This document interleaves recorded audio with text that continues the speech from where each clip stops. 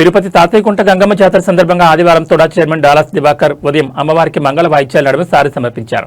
ఆలయ chairman Mahesh Yadav, EO Jayakumar ఆయనకు స్వాగతం పలకగా అమ్మవారిని దర్శించుకుని తీర్థప్రసాదాలు స్వీకరించారు. ఈ కార్యక్రమంలో తోడా సిబ్బంది భారీ సంఖ్యలో పాల్గొన్నారు.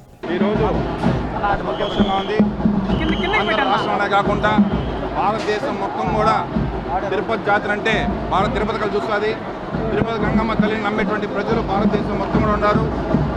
మొత్తం తిరుపతి జాతర 7 రోజులు జరిగితే ఈరోజు 6వ రోజు భాగంగా ఆటంక వేషం వేసుకొని తిరుపతి ఉన్న భక్తులందరూ అమ్మవారి దర్శనం చేసుకుంటారు.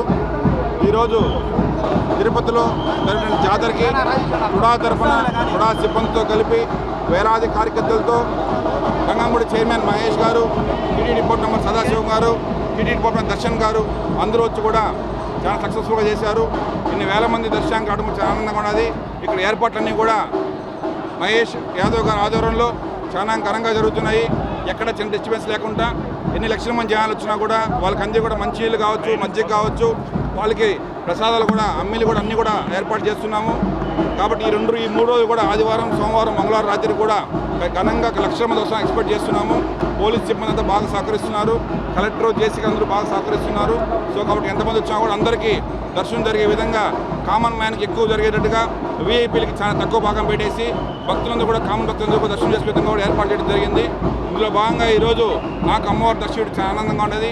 అమ్మవారి కృప తిరుపతి జిల్లా, ఆంధ్ర రాష్ట్రం మొత్తం కూడా ప్రజలందరూ బాగుండాలని చెప్పేసి, అభివృద్ధి బాగా జరగాలని చెప్పేసి, డెవలప్మెంట్తో పాటు అందరూ మంచిగా ఎడ్యుకేషన్ కావచ్చు, వాళ్ళ ఆరోగ్యం కావచ్చు, ఆర్థికంగా అందరూ బలపడాలని చెప్పి మనస్ఫూర్తి కోరుకుంటూ ఆంధ్ర రాష్ట్ర ప్రజలకు మరొకసారి తిరుపతి గంగమ్మ జాతర శుభాకాంక్షలు.